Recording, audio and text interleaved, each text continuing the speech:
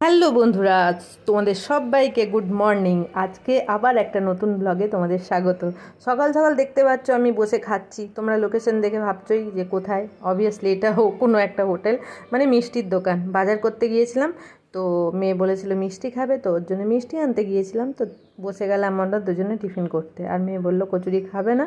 আমরা খেতে বসেছি। তোমাদেরকে যে একটা বললাম যে ভালো হয়েছে, টেস্টি হয়েছে, মোটেও টেস্টি ছিল না কিন্তু কচুরিগুলো। মিষ্টিগুলো ভীষণ টেস্টি এই দোকানের, বাট কচুরিটা আমাদের ভালো লাগেনি। এবার তোমাদের লাগতেও পারে, তোমরা ট্রাই করতেই পারো। তো মিষ্টির প্রতি তো আমার একটা আলাদা মোহমায়া আছে, মানে ভীষণ ভালোবাসি যাকে বলে। হয়তো আমার মোটার রাজই এটা মানে আমি এত মোটু ওই জন্যই এই মিষ্টি এত খাই বলে। তো দেখো এত রকমের মিষ্টি রয়েছে। তো আজকে ভাবলাম একটু ছানাপোড়া নেব, কারণ আমারও ভীষণ প্রিয় ছানাপোড়া, আর আমার মেয়েরও ভীষণ প্রিয়। তো আজকে ছানাপোড়া নেব। তো ছানাপোড়া নিচ্ছি, এখানে বলছি এটা তাও ওটা তাও, তারা শুনতেই পাচ্ছে না।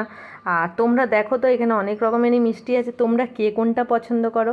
আমার সব কটাই মিষ্টি ভালো লাগে, বাট আমার ছানাপোড়া, কালোজাম, রসমালাই এগুলো আমার একটা আলাদা ফিলিং কাজ করে কারণ খুব যখন ইচ্ছে হয় তখন মনে হয় এই মিষ্টিগুলোই খাই। আদারওয়াইজ সব মিষ্টি আমি পছন্দ করি, যা মিষ্টি দেবে আমি তাই গেলে মরবো আর হ্যাঁ, আমার মেয়ে বলছে মা বলো আমিও মিষ্টি পছন্দ করি, মানে আমার মেয়েও দেখছি আমার মতোই মিষ্টি খেতে ভীষণ ভালোবাসে। আর আমাদের একটা বেনিফিট কী হয়েছে জানো, আমার বর আগে মিষ্টি খেতে ভালোবাসতো আর খেতেও প্রচুর পরিমাণে, কিন্তু এখন আমার বর মিষ্টি খাওয়া ছেড়ে দিয়েছে। তো যা মিষ্টি আনি আমি আর মেয়ে করেই খাই, এখন আর তার বাবা খায় না। তো মিষ্টি কেনা হয়ে গেছে, মিষ্টির দোকানটা দেখতেই পাচ্ছ। যদি জানতে চাও মিষ্টির কোন দোকান, তাহলে কমেন্ট করে জানাতেই পারো, মানে জিজ্ঞেস করতে পারো, আমি জানিয়ে দেবো। আর দেখো এখানে গণেশ পুজো হচ্ছে, চারিদিকে গণেশ পুজোর একটা মানে অ্যাটমসফিয়ার রয়েছে, আর এত ভালো লাগছে। গণেশ পুজো মানেই আরম্ভ হয়ে গেল তোমার দুর্গা পুজো। তো আমরা মিষ্টি নিয়ে এবার ফিরছি। আগে এই রাস্তাটায় আমরা প্রায় দিন যাওয়া আসা করতাম, কারণ এখানে মেয়ে স্কুলে যেত।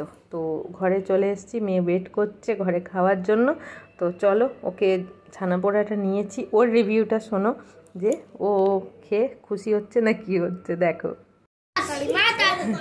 Happy birthday to you, happy birthday বলবো, হ্যাপি বার্থডে টু ইউ।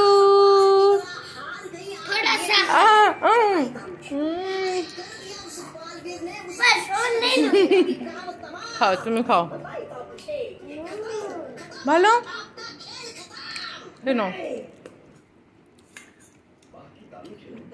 আমি বাবা খাবে না, বাবারটা আমাকে খাও গাইস। আমারও আছে, আমিও খেতে পারি, কিন্তু মেয়েরটা নিয়ে আমাকে খেতে ভীষণ ভালো লাগে। কি হলো, দে এটা দিয়ে দে। আমাকে নিজের থেকে নিয়ে খেতে ভালো লাগে না, মেয়েরটাই ভালো লাগে, আর ও দিতে চায় না কেন। হ্যাপি বার্থডে, পাপারটা আমাকে খাইয়ে দাও। আমার ছানা পোড়া পোড়াটাই ভালো লাগে, সেই স্বাদ। ছোটবেলার থেকে একটা এটার প্রতি টান। দাদুর সাথে যেতাম মামা বাড়িতে, আর দাদু নিমপুরা বাজারে নিয়ে গিয়ে খাওয়াতো, ভীষণ ভালো লাগতো খেতে। আর আমাদের টাটাতে অতটা আমি দেখিনি, দাদুই এখান থেকে বেশি নিয়ে যেত। এখন সব জায়গাতেই হয়। তারপরে দাদু নিয়ে যেত, আর যখন দাদু এখান থেকে যেত আমাদের ঘরে তখনও নিয়ে যেত। ছানাপোড়া নিয়ে যাবেই। চলো মেয়ে খাক, আমরাও ঘুরে ঘুরে এলাম। এবার প্রচুর কাজ আছে ঘরে, কাজ করি।